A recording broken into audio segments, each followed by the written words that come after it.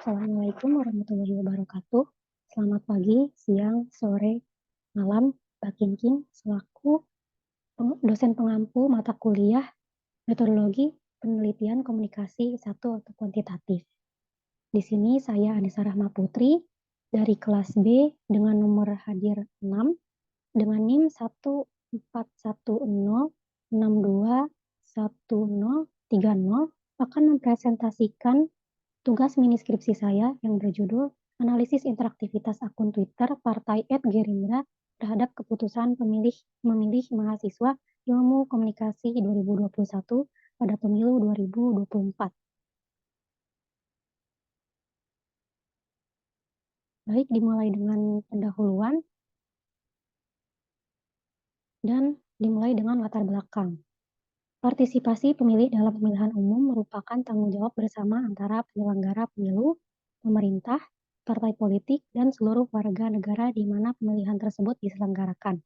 Partisipasi tidak bisa dibebankan kepada salah satu pihak, namun semua harus bersatu padu melakukan strategi sesuai dengan kapasitasnya masing-masing. Komisi Pemilihan Umum atau KPU menetapkan daftar pemilih tetap atau DPT pemilu 2024 sebanyak 204.807.222 pemilih. Penetapan DPT dilakukan melalui rapat pleno terbuka rekapitulasi daftar pemilih tetap atau DPT tingkat nasional pemilu tahun 2024 di gedung KPU yang berdasarkan berita dari KPU tahun 2023. Komisioner KPU RI, Betty Epsilon Indrus, menyatakan bahwa sebanyak 46.800.161 atau 22,85% pemilih merupakan generasi Z. Sebutan generasi Z merujuk pada orang-orang yang lahir mulai tahun 1995 hingga tahun 2000-an. Sedangkan pemilih dari generasi milenial sebanyak 66.822.389 orang atau 33,60%.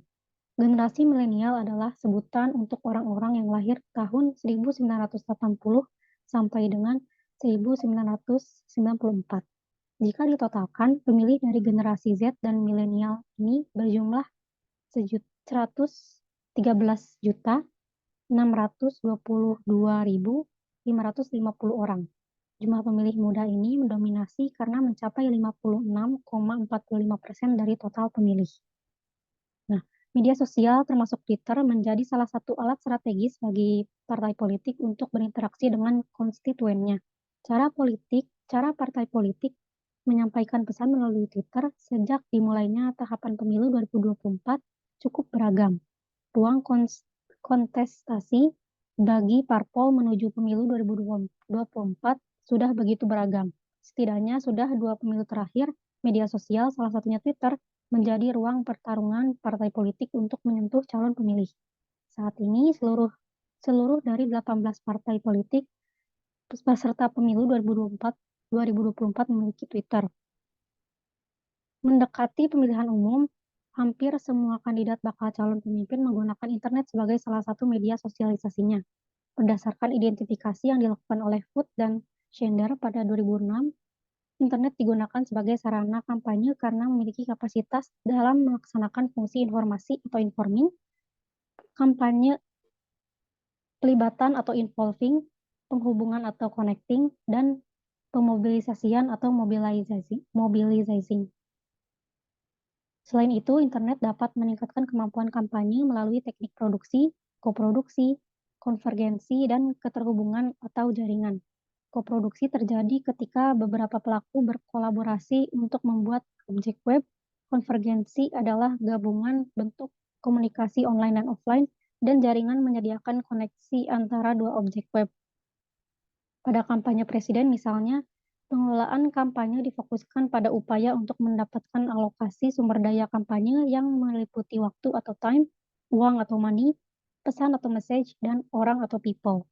Oleh karenanya, manajer kampanye ataupun tim kampanye biasanya akan membuat catatan penanggalan di dinding kantor pusat mereka yang dihitung mundur dari hari pemilihan, merencanakan waktu serta lokasi-lokasi Dan di era digital ini sumber daya kampanye semacam ini masih diperlukan, tetapi dengan sejumlah faktor tambahan yakni mempertimbangkan faktor reputasi publik dan kegiatan akar rumput. Selanjutnya ke perumusan masalah. Berdasarkan latar belakang tersebut, maka perumusan masalah dari penelitian ini adalah apakah terdapat hubungan antara interaktivitas yang dilaksanakan oleh akun Twitter Partai Gerindra terhadap keputusan memilih mahasiswa Ilmu Komunikasi 2021 pada pemilu 2024. Sedangkan untuk tujuan dari penelitian ini adalah mengetahui hubungan antara interaktivitas yang dilaksanakan oleh Twitter Partai Gerindra terhadap keputusan memilih mahasiswa Ilmu Komunikasi tahun 2021 pada pemilu 2024.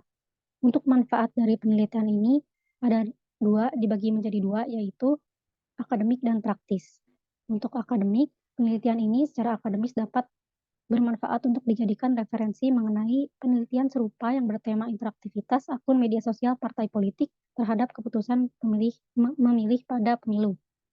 Untuk manfaat praktis, penelitian ini dapat bermanfaat untuk dijadikan rekomendasi mengenai pengaruh interaktivitas akun media sosial partai politik terhadap keputusan memilih pada pemilu, khususnya bagi para mahasiswa. Untuk konsep, yang pertama ada interaktivitas. Salah satu ciri penting yang membedakan media baru dengan media lama adalah aspek keinteraktifannya. Media lama cenderung bersifat satu arah sehingga kurang memberi peluang untuk terjadi interaksi langsung tak terikat ruang dan waktu. Media baru memiliki peluang untuk terciptanya interaksi yang bersifat langsung sehingga memungkinkan terjadinya perubahan persepsi, pengetahuan, sikap, dan perilaku yang lebih cepat. Partai politik dalam usaha kampanye dapat mengembangkan media dalam bentuk website atau akun media sosial dengan karakter yang interaktif yang kuat. Yang kedua yaitu ada partai politik. Sejak Negara Kesatuan Republik Indonesia terbentuk, para peneliti telah memilih demokrasi sebagai sistem politik idealnya. Dalam sistem politik demokrasi, setiap warga negara berhak menyatakan pendapat dan cita-cita sejalan dengan ideologi nasional. Akan tetapi umumnya, tiap-tiap warga negara memiliki pendapat, sikap, dan orientasi politik yang berbeda-beda. Hal ini dapat melembaga dalam berbagai partai politik. Karena itu, secara umum dapat dipandang bahwa partai politik adalah sekumpulan manusia yang terorganisir dan anggota-anggotanya yang sedikit banyak mempunyai orientasi, nilai-nilai, dan cita-cita yang sama. Tujuan dari kelompok ini atau yang disebut partai politik adalah untuk biasanya dengan cara konstitusional melalui pemilihan umum memperoleh kekuasaan politik dan mempertahankannya. Jika sudah diperoleh, guna melaksanakan program-program yang telah ditetapkan oleh mereka. Selanjutnya ada akun Twitter dari Partai Gerindra. Akun resmi partai yang sangat fenomenal akhir-akhir ini adalah akun Twitter Partai Gerindra. Tren penggunaan media sosial terutama bagi organisasi partai politik dilakukan oleh Partai Gerindra sehingga sampai saat ini Twitter tersebut memiliki pengikut sebanyak 6.683,3 ribu pengikut. Akun tersebut sempat beberapa kali menjadi perbincangan warga Twitter karena membahas tweet followersnya dengan bahasa gaul ala anak muda di Twitter. Seperti pada gambar berikut, akun Twitter Gerindra mengunggah sebuah foto Bobi, kucing peliharaan Ketua Umum Partai Gerindra yakni Bapak Prabowo Subianto yang diedit dengan gaya stiker meme di WhatsApp dengan konteks awal mula cerita Bobi yang mampir di rumah Pak Prabowo namun enggan untuk keluar sehingga akhirnya Pak Prabowo memutuskan untuk memelihara Bobi. Hal ini berkaitan dengan konten PDP atau Pod Kaisang Depan Pintu episode 26 oleh Kaisang Pangarep, Egy Hauk, dan Kiki Saputri dengan bintang tamu Pak Prabowo Subianto. Dan selanjutnya ada gambar kedua. Admin Twitter Gerindra berkali-kali membuat tweet dengan mengingatkan azan maghrib. Pada tweetan tersebut, admin akun Partai Gerindra membalas komentar dari pengguna lain selayaknya berkomunikasi dengan teman dekat dengan bahasa yang santai, namun dengan tetap mempertahankan PYD. Lalu ini ada foto ketiga. Selain itu, admin akun Gerindra juga aktif membalas atau quote tweet sapaan dari pengguna lain. Dengan gaya komunikasi yang disampaikan oleh admin Twitter Partai Gerindra, masih banyak warganet yang bertanya-tanya mengapa akun tersebut kini menyampaikan komunikasi yang sangat mudah diterima oleh masyarakat dibandingkan dengan Twitter saat pemilu 2019 lalu.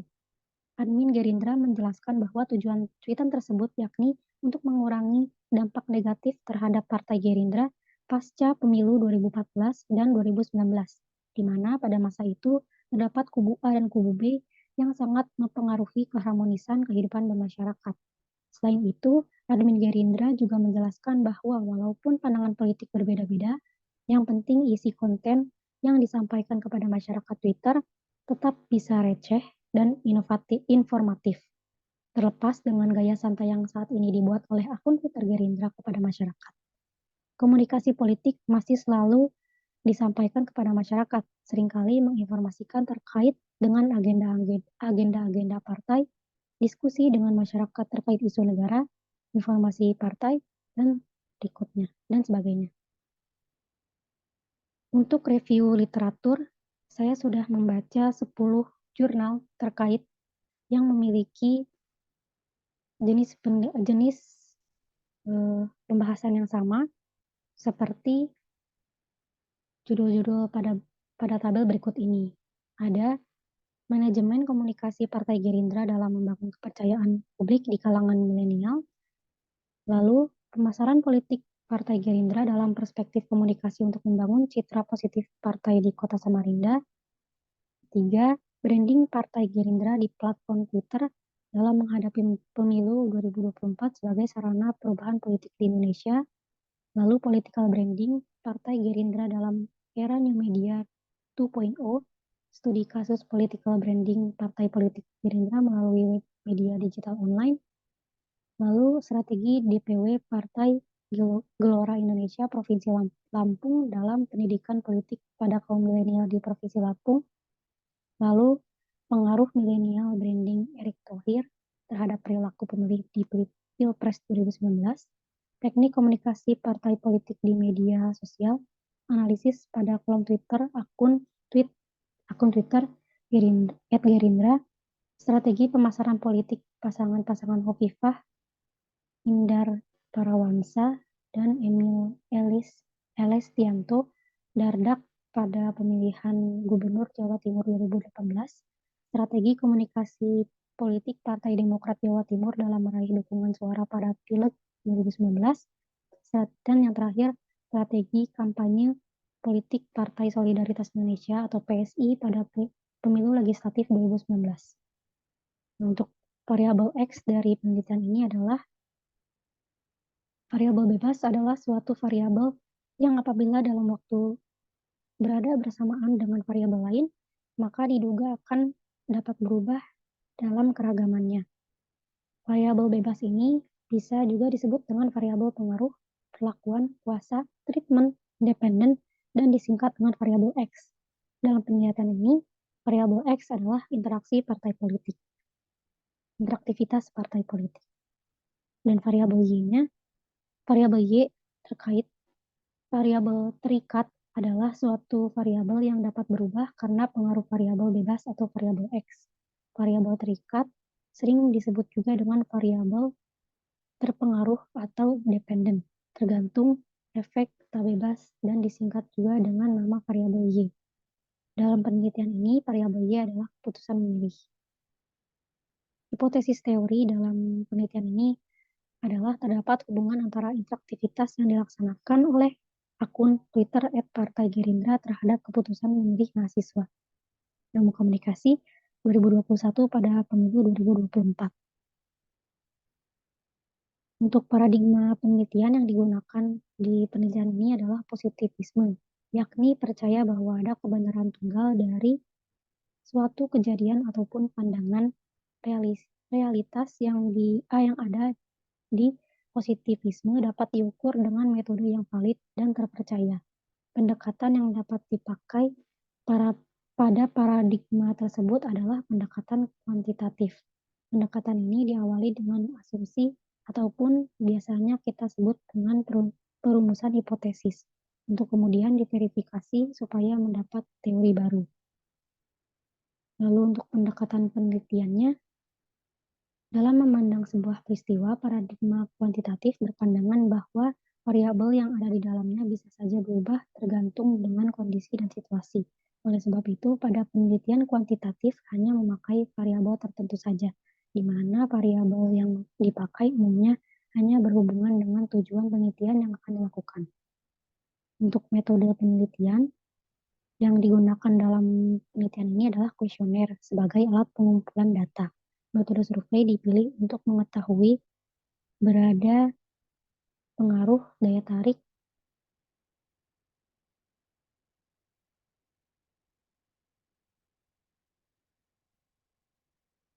Maaf, ada kesalahan.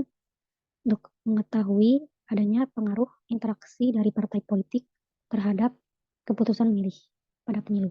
Metode survei adalah metode penelitian kuantitatif yang digunakan untuk mendapatkan data yang terjadi pada masa lampau atau saat ini tentang keyakinan, pendapat, karakteristik, perilaku hubungan variabel, dan untuk menguji beberapa hipotesis tentang variabel sosiologi dan psikologis dari sampel yang diambil dari populasi tertentu.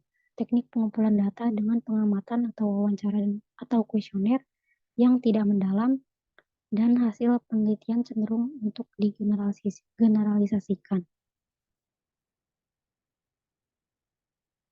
Menurut Sugiono, populasi adalah keseluruhan elemen yang akan dijadikan wilayah generalisasi. Elemen populasi adalah keseluruhan subjek yang akan diukur, yang merupakan unit yang diteliti.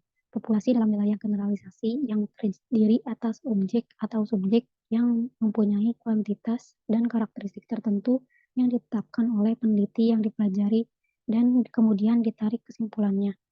Populasi dalam penelitian ini adalah seluruh mahasiswa ilmu komunikasi angkatan 2021 yang aktif menggunakan Twitter dan pernah membaca atau berinteraksi dengan akun Twitter Partai Gerindra. Menurut Sugiono, sampel adalah bagian dari jumlah dan karakteristik yang dimiliki oleh populasi tersebut. Teknik non-probability sampling yang digunakan dalam pengambilan sampel pada penelitian ini. Menurut Sugiono, non-probability sampling adalah teknik pengambilan sampel yang tidak memberi peluang atau kesempatan sama bagi setiap unsur atau anggota populasi untuk dipilih menjadi sampel. Lebih tepatnya, menggunakan teknik purposive sampling adalah teknik penentuan sampel dengan mempertimbangkan tertentu sesuai dengan kriteria yang diinginkan, seperti banyaknya mahasiswa yang menggunakan Twitter dan berinteraksi dengan akun Twitter Partai Gerindra. Nah, untuk hipotesis risetnya, pada penelitian ini adalah dugaan sementara atas sesuatu hal yang berbentuk pernyataan, sedangkan hipotesis statistik adalah dugaan sementara atas kumpulan data statistik.